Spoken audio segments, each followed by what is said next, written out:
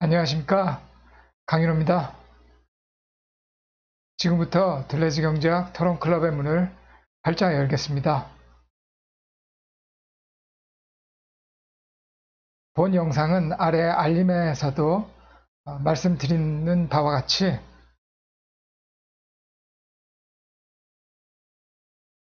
신자유주의 극복 프로젝트 1회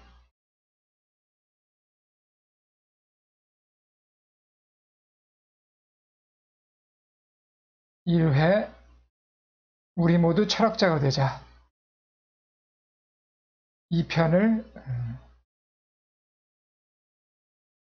수정 보완해 가지고 리메이크한 영상입니다.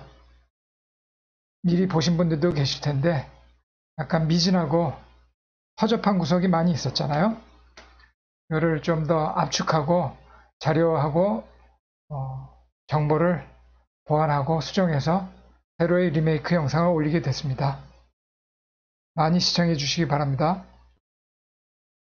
그래서 오늘은 우리 모두 철학자가 되자, 삶의 좌표를 세우자, 다시 말하면 비평가가 되자, 이런 제안을 여러분들에게 드리면서 시작하도록 하겠습니다.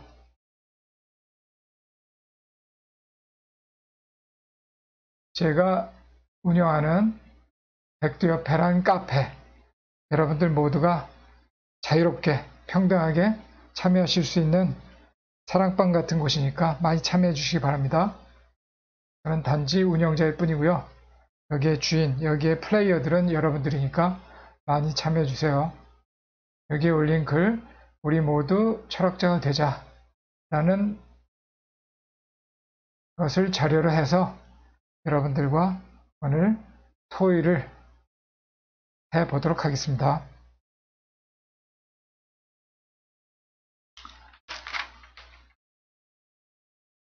우리 모두 철학자가 되자. 지금 사유를, 철학을 시작하게 되는 분에게 이 영상을 바치겠습니다.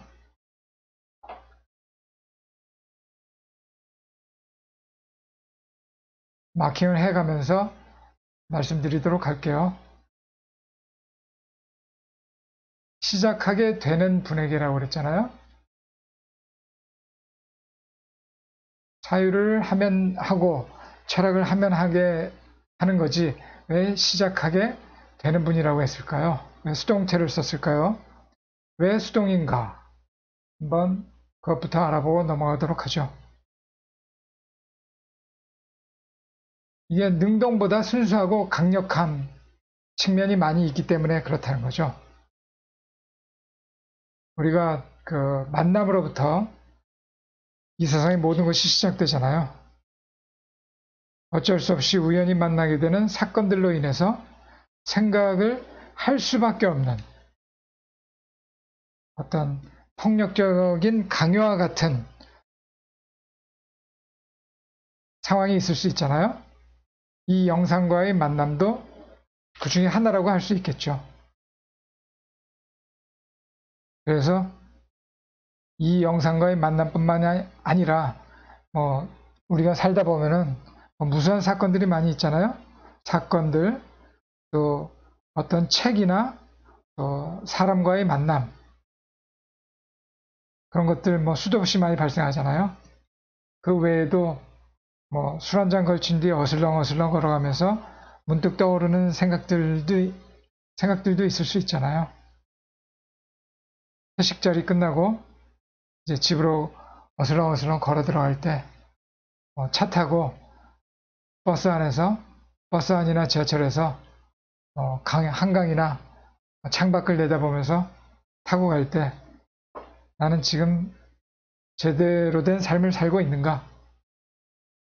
나는 지금 도대체 무엇을 하면서, 무엇을 지향하면서, 무슨 목적으로 살아가고 있는지 그런 생각들 문득문득 많이 하시게 되잖아요. 그럴 때 우리는 어쩔 수 없이 불가피하게 사유의 세계로 빠져들 수밖에 없게 된다는 거죠. 그럴 때 우리가 능동적으로 사유하겠다, 철학을 한번 해보겠다, 그렇게 나서는 것보다 더 순수하고 더 강력하게 이 사유의 세계로 빠져들 수가 있다는 거죠. 그래서 어떤 만남으로부터 모든 것이 시작된다는 거죠.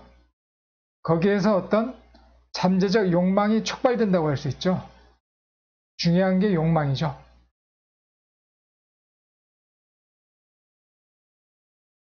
이 욕망이라는 게 뭐 철학적으로 여러 가지 의미로 규정될 수 있겠는데, 여기서는 뭐 들레즈 토론 클럽에서이니만큼 들레즈적인 욕망을 나타낸다고 보시면 되겠죠.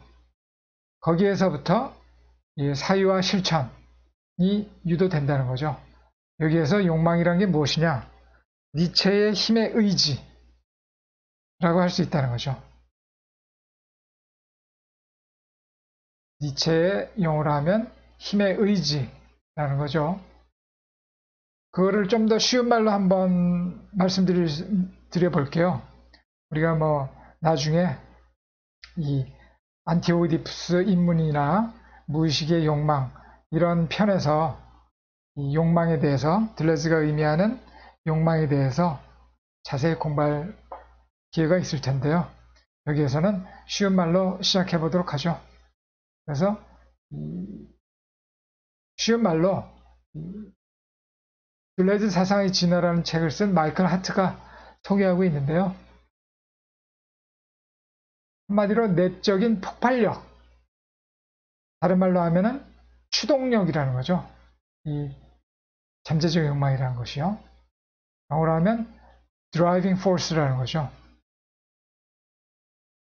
그래서 drive의 현재 분사잖아요. drive라는 게 무슨 뜻이죠?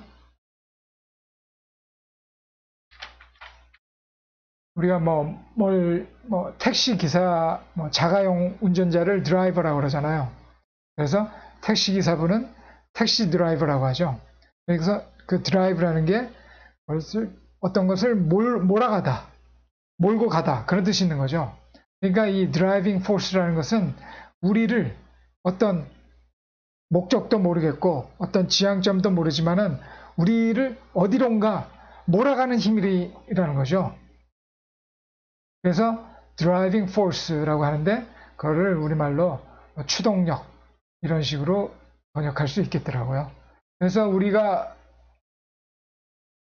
이 어떤 만남으로 인해서 어떤 추동력을 얻게 된다는 거죠. 자신도 모르는 잠재적 욕망이 촉발되어서 나오는, 발현되는 힘, 그런 것을 쉽게 말해서 이 내적인 폭발력, 한마디로 추동력이라고 할 수 있다는 거죠. 그래서 나중에 뭐 공부할 때는 이것이 무의식적 욕망이 되는 거죠. 프로이트에서 따온 말이지만 들레즈와 가타리의 이 독창적인 무의식적 욕망이 되는 거죠.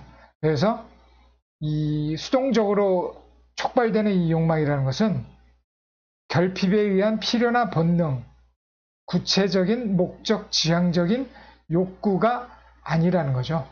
욕구. 우리가 그러니까 어떤 식욕, 성욕, 명예욕, 금전욕, 출세 지향적인 어떤 목표 지향적인 개인적인 어떤 목표가 있을 거 아니에요? 그런 것들을 지향하는 구체적인 욕구가 아니라는 거예요.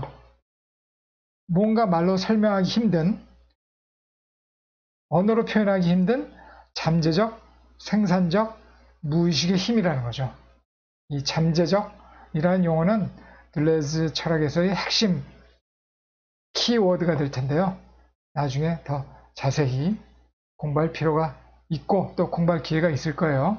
근데 여기서는 아직까지 그 욕망에 대해서 깊이 들어갈 단계는 아니기 때문에 한마디로 내적인 폭발력, 추동력이다, 이렇게 말씀드릴 수 있다는 거. 그런 것들로 인해 촉발되는 수동으로부터 우리는 지금 사유를, 철학을 시작하게 된다는 거죠. 어떤 만남들로 인해서 그런 힘이 능동보다 더 순수하고 더 강력한 경우가 많다는 거죠. 여러분들도 그런 경험 많이 해보셨잖아요. 아까 말씀드렸듯이 어떤 책이나 사람, 어떤 사건들, 뭐 좋은 사건, 나쁜 사건, 예를 들면 우리나라로 치면은 IMF 같은 거, 또 엄청난 뭐죠? 미술 작품이나 예술 작품이나 엄청난 광경, 자연 풍경 그런 것을 봤을 때의 어떤 머릿속에 떠오르는 그런 힘, 내적인 폭발력, 추동력 그런 게 생기잖아요. 그런 것들을 우리가 욕망, 잠재적 욕망이라고 할 수 있는 거죠. 그것들로부터 촉발되는 수동적인 계기로 인해서 우리가 사유와 철학을 시작하게 될 때 우리는 강력한 동기나 계기, 의지로 나아갈 수 있게 되는 거죠. 그래서 우리 모두 철학자가 되자 했을 때 지금 사유를 시작하게 되는 분에게 이 영상을 바치고 싶다. 이렇게 말씀드렸던 것이죠. 그렇다면 철학자가 되자, 사유하는 사람이 되자 했을 때 그것이 무슨 뜻일까요? 여기서는 방점은 이 사유하는 사람이 되자는 거죠. 사유. 단순히 뭐 직업적인 철학자, 꼭 철학에 국한돼서 사유하자 그런 게 아니라는 거죠. 철학도 하고 과학도 하고 예술도 하자. 다 하자는 거죠. 이게 모든 사유의 하나의 카테고리가 되는 거니까요.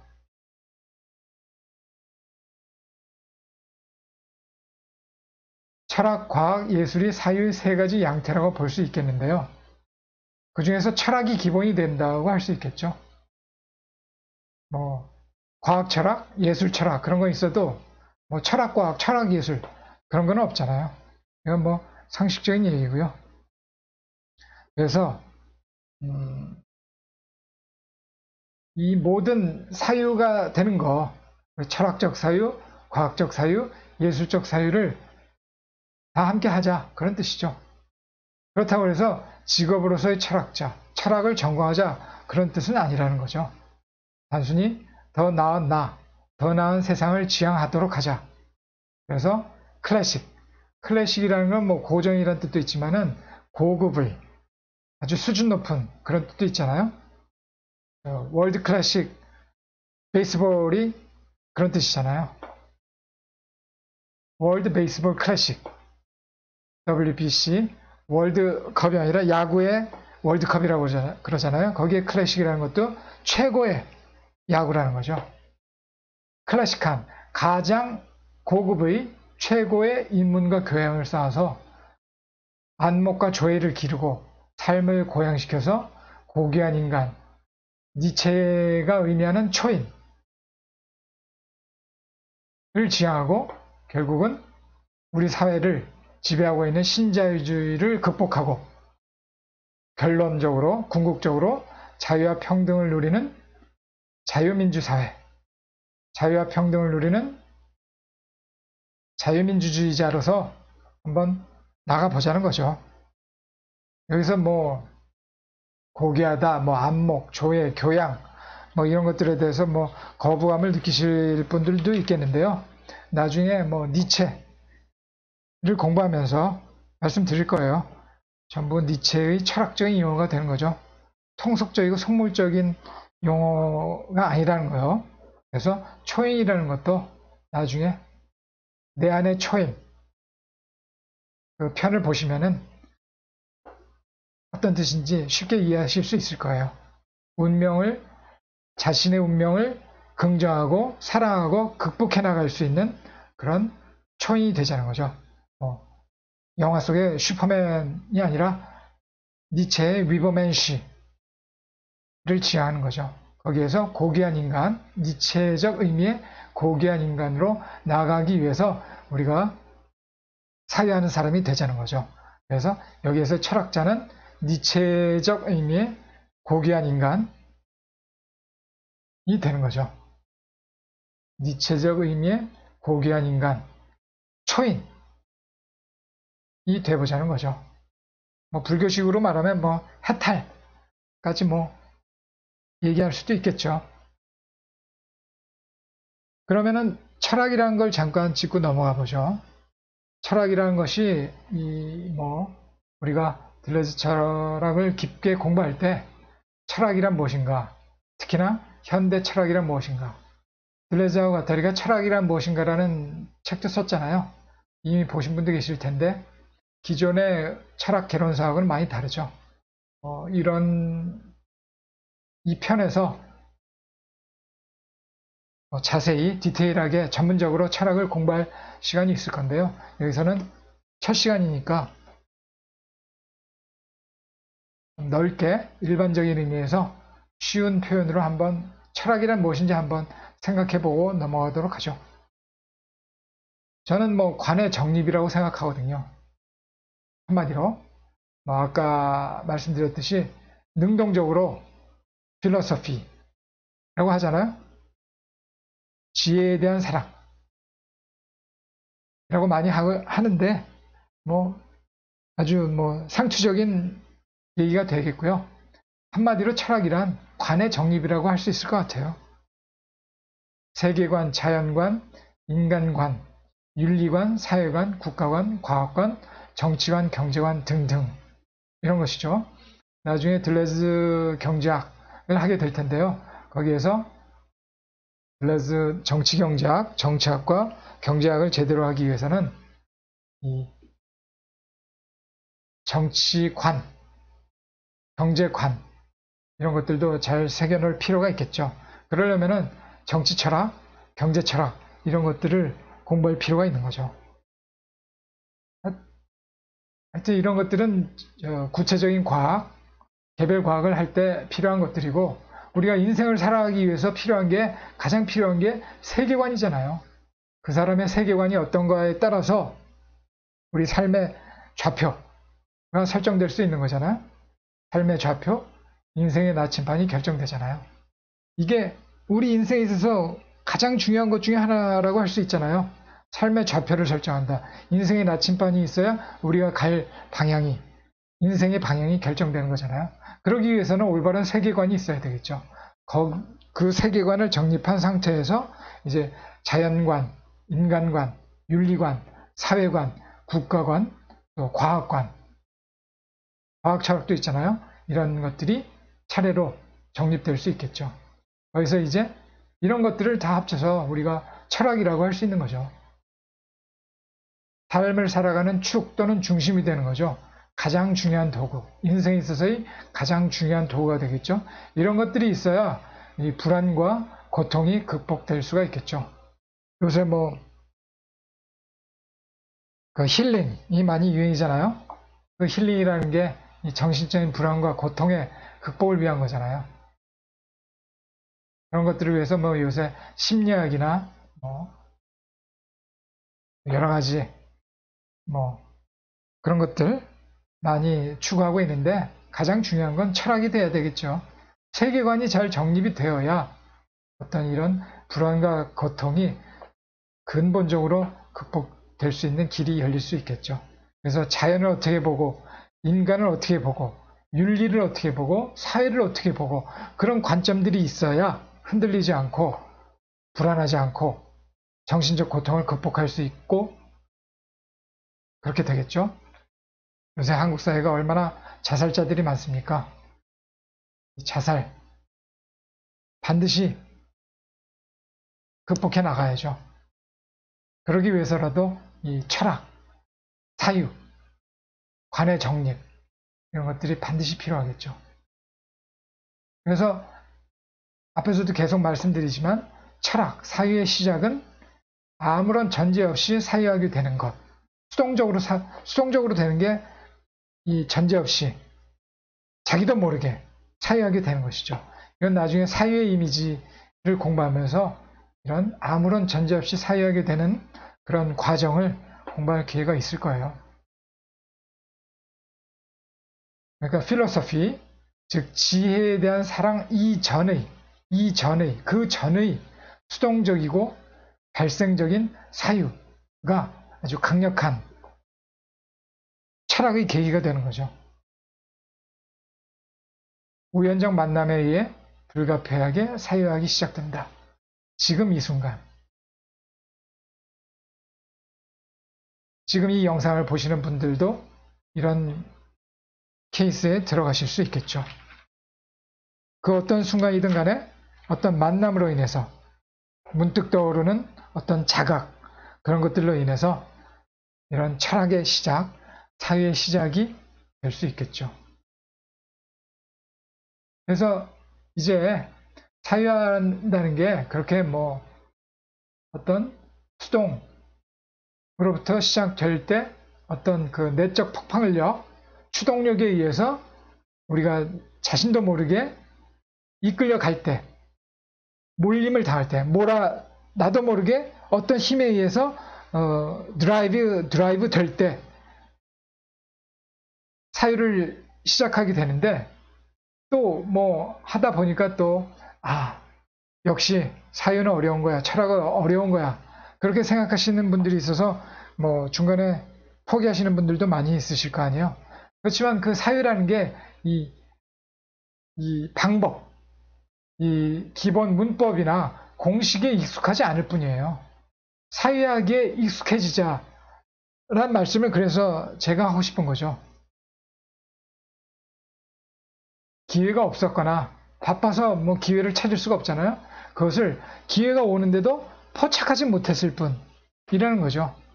기회가 없었거나 기회가 왔어도 딴 생각하면서 집중을 하지 못했기 때문에 포착하지 못했을 뿐이지 뭐 그렇게 어렵다는 건 아니죠. 고도의 지적 능력은 불필요하다는 거죠. 고도의 지적 능력이 필요한 것은 과학적 사유라고 볼 수 있겠죠. 뭐 과학도 사실 뭐 차츰 뭐 요모조모 따져보면은 뭐 과학적 사유도 그렇게 어려울 건 없지만은 그래도 철학적 사유보다는 과학적 사유가 약간의 지적 능력이 더 필요하겠죠. 그러나 철학한다는 것은 그렇게 고도의 지적 능력, 높은 IQ가 필요한 건 아니라고 봅니다. 이 집중력, 이 따져보는 이 집요함, 이런 것들이 약간 필요할 뿐이죠. 뭐 그런 것이 없으신 분들도 이 기본적인 문법, 수학 공부할 때 약간 영어 공부할 때 약간 기본적인 문법, 수학을 할 때 어떤 기본적인 공식 몇 개만 외워두면은 사실상 영어, 수학도 어렵지가 않잖아요. 요 기본 문법, 공식, 요런 원리에 대해서 잘 익숙해지기만 하면은 영어도 재밌어지고 수학도 재밌어질 텐데 그냥 주입식으로 받다 보면은 이 기본 문법이나 공식에 이게 친해지지가 않으니까 수포자, 영포자 그런 게 생길 수가 있겠죠. 그러니까 이 뭐 선생님들도 이 강의법이 따로 있잖아요. 배우는 사람들과 어떤 친숙하게 만드는 그런 것들이 필요할 텐데 이 기본 문법이나 이 공식에 익숙해지도록 하는 거, 익숙함 이런 것들이 중요한 거죠. 같이 한번 쭉 들러지 경제학 토론 클럽을 이어가면서 여러분들과 제가 같이 저도 뭐 IQ도 낮은 사람이고 기억력도 떨어지고 기억력은 완전히 꽝이거든요. 그런 사람이기 때문에 여러분들과 저가 상호 작용하면서 상호 도움을 받으면서 같이 발전해 가면 좋겠네요. 그래서 만남들을 항상 소중히 여기는 자세가 필요할 것 같아요. 독서라든지 토론, 사건, 일상에서 문득 떠오르는 단상들 처음에 쭉 말씀드렸죠. 그런 것들에서 출발하는 만남들을 항상 소중히 포착하기 위해서 그런 만남들이 하나의 기회가 될 수 있겠는데 그런 만남들을 포착해내려면 항상 신중하고 예민하고 센시티브한 섬세함 그런 것들이 필요하겠죠. 그래서 들레즈도 나중에 공부하실 때 아시겠지만은 신중함, 섬세함, 예민함 그런 것들을 많이 강조하고 있거든요. 그런 것들만 조금 갖춰두면은 이 사유학이라는 게 어려운 게 절대로 아니라는 거죠. 사유한다는 거, 철학한다는 거 절대로 어렵지가 않다. 그렇게 말씀드릴 수 있겠다는 것입니다. 그래서 오늘의 결론은 우리 모두 처음에 철학자가 되자 그렇게 말씀드렸잖아요. 근데 결론은 비평가가 되자 이건 것이요. 우리가 사유하는 사람, 철학하는 사람이 되고자 하는 것은 비평가가 되자는 거죠. 평가되는 대상이 아니라 평가하는 주체가 되자라는 거죠. 평가하는 주체가 되자. 관을 정립해서 관을 뭐 세계관, 인간관 그런 걸 왜 정립합니까? 그냥 뭐 우리가 뭐 유희? 지식의 유희? 그런 걸 즐기기 위해서 뭐 그런 것도 괜찮죠. 지식을 쌓고 뭐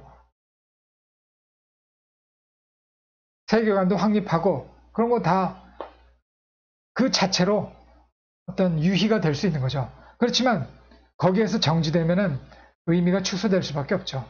이런 관을 정립해서 의미를 해석하고 가치를 평가할 줄 아는 사람이 되자는 거죠. 나중에 좀 더 공부를 하면은 니체가 현대 철학을 의미 해석과 가치 평가다 이렇게 의미 부여하는 것을 우리가 공부할 수 있게 되거든요. 그러니까 관을 정립해서 의미를 해석하고 가치를 평가. 그러니까 현대 철학을 제대로 보자는 거죠. 관을 정립해서 의미를 해석하고 가치를 평가할 줄 아는 사람이 되자. 그것이 바로 평가하는 주체라는 거죠. 그래서 나중에 또 어려운 말로 엄표행위의 주체가 되자. 이런 말로도 바꿔서 할 수가 있겠어요. 이게 딴 게 아니라 의미 해석하고 가치 평가하는 주체를 엄표행위의 주체라고 할 수 있다는 거죠. 나중에 뭐 엄표행위라는 용어는 따로 공부하기로 하고요. 그래서 자유롭고 평등한 주체가 되자. 삶의 주인이 되자는 거죠. 딴 게 아니라. 특히 이런 뭐 물건이나 뭐 현상, 사회 그런 것들도 평가할 수 있고 작품 많이 있죠. 예술작품, 문학작품, 회화나 음악 같은 미술작품에 대해서도 평가할 수 있겠고 특히 어떤 사람에 대해서도 평가할 수 있는 눈을 기를 수 있겠죠. 그래서 요즘 같은 경우를 예를 들자 보면은 뭐 정치인에 대해 평가가 아주 난립하고 있잖아요. 그래서 우리가 특히 피해야 할 것은 어떤 한 개인에 대한 무비판적 맹종을 벗어나야 되겠다는 거죠. 메시아는 없어요. 우리 모두가 우리 삶의 주인이라는 것. 우리가 주인. 우리 각자가 주인인 것이지 우리를 구원해 줄 메시아가 따로 있는 건 아닙니다. 뭐 아주 좋은 리더나 뭐 정치인을 우리가 선택하는 것이지 우리가 평가해서 선택하는 것이지 그 사람이 우리의 삶을 이끌어 줄 것이라는 어떤 그 사람이 우리의 구원자가 될 것이라는 그런 생각은 우리가 철학하는 사람으로서 피해야 된다는 것이죠. 그래서 오늘의 결론은 결국 철학하는 사람이 되자, 사유하는 사람이 되자. 그래서 결국 비평가가 되자.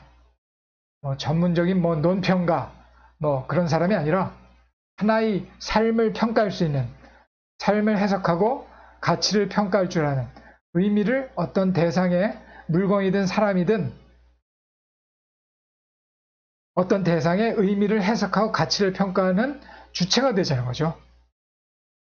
주체가 되자, 평가하는 주체가 되자, 삶의 주인이 되자라는 것이죠.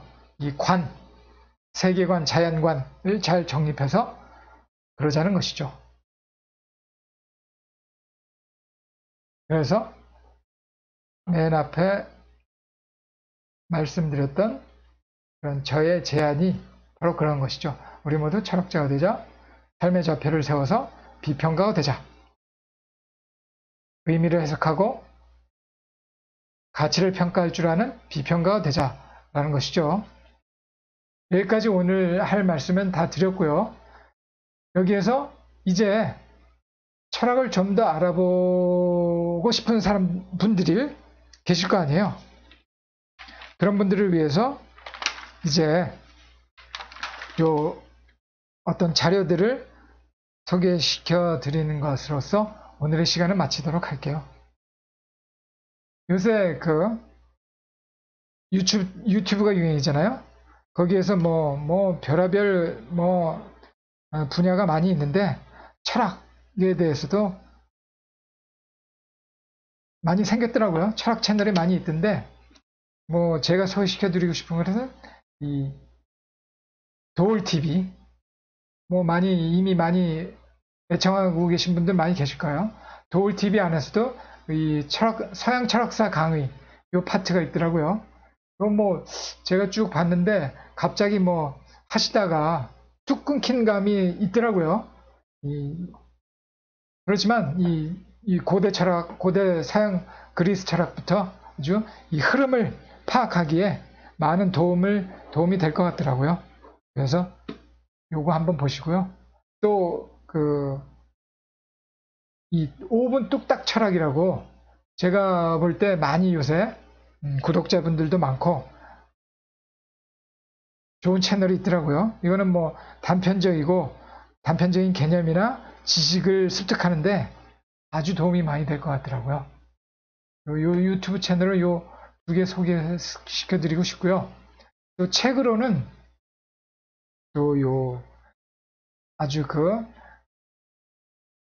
쉽게 쓴 책 소피의 세계라는 책이 있어요. 이게 저 북구 누군가 까먹었는데 요슈타인 가더라고 뉘앙스가 저희 북구 그쪽 이름 같죠? 이 사람이 쓴 소피의 세계라는 책이 있는데 요건 청소년들이 아주 초등학생들이 읽어도 그렇게 큰 무리가 없을 정도로 아주 쉽게 잘 써놓은 것 같더라고요. 그래서 요거 소개시켜 드리고 싶고요. 또 좀 더 약간 수준을 높여서 소개해 드리고 싶은 것은 이정호 선생님이 쓴 이 개념뿌리들이란 책하고 세계철학사 라는 책인데요. 이 개념뿌리들도 1, 2, 2권으로 되어 있거든요. 지금 합본이 나왔을지 어떨지 모르겠는데 요것도 어떤 개념이나 단편적인 개념이나 개념의 뿌리 이런 것들 아주 철학의 기초를 다니는데 아주 큰 도움이 될 것 같고요. 또 전체적인 흐름을 알기 위해서는 이정호 선생님이 지은 세계철학사 이게 아직 이 고대 철학하고 고대 지중해 철학하고 동양 철학 2권이 나왔는데 아직